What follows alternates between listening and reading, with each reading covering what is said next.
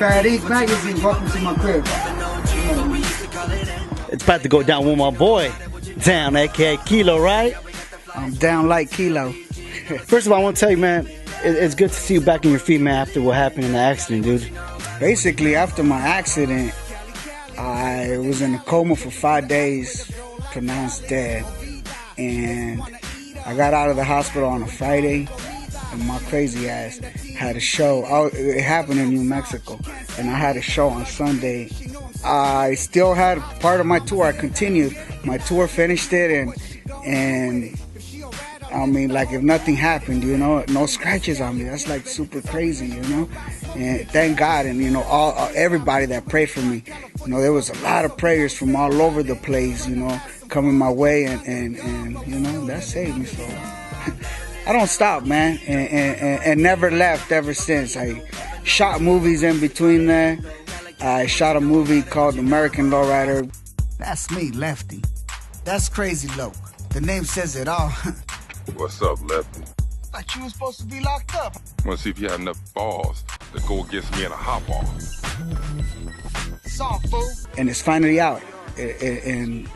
On a red box, sold out everywhere. And I know in your community in Oxnard where everything started, and a lot, you know, you feel like a lot of your youth, you know, the youth is looking up to you.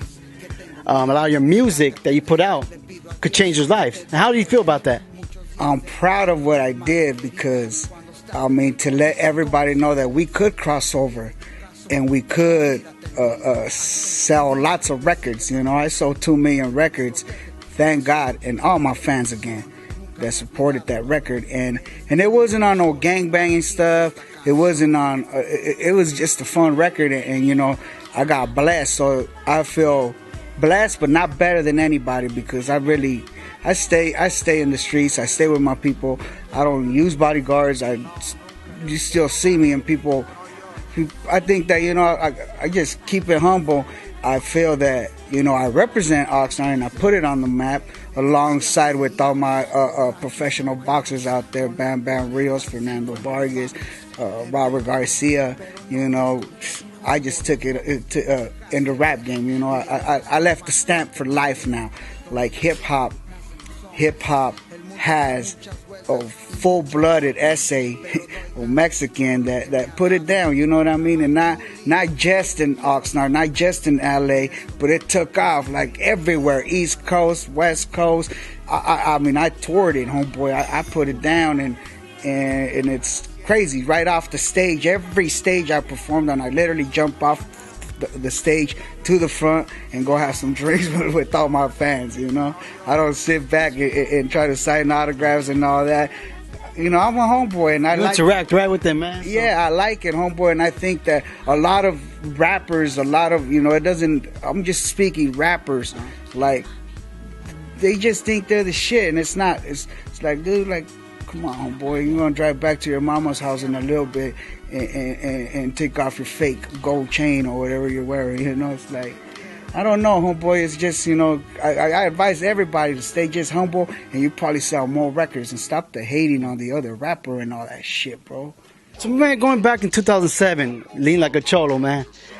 Was this something about that song when you were writing it, like you already knew that's gonna be a hit even before it got produced by Fingers? The Shoulder Lean was out, right? Shoulder Lean. Yeah, I remember that song. It was a hit. And this little faggot named E-Dub that jacked me after that. He gave me the concept when we were writing. You know, I was like writing with him, and he tells me, "Hey, just fucking around." It was like, do a what do they call them? A mixtape, right? Do a mixtape with that song. Do a parody of that song and call it Cholo Lean, and do that. Lean like a cholo. I'm like, you know, whatever. I started laughing and just shined them off. So then the next day I go to the studio, and Fingers, I never rehearse, never even think of an idea till I'm actually in front of Fingers. Fingers like, what do you want to do today? I said, let's do the Shoulder Lean, but call it Lean Like a Cholo. And he's like, that's whack. I think that's pretty stupid. So I'm like, well, you come up with something, asshole. And we'll go upstairs, and I didn't call him that, but, you know, in my head, I'm like, you come up with something. So I go upstairs and smoke me a joint, and then he's like, damn. I said, what? He's like, come down here. And he plays the record. I already had the hook. Elbows up, side to side. He's like, you got a fucking hit, bro. I know you do. I said, all right, whatever. I thought it was whack. It was like elbows up, side to side, elbows up, side. All right, cool. Let's keep working. So then he's like, oh, let's write it.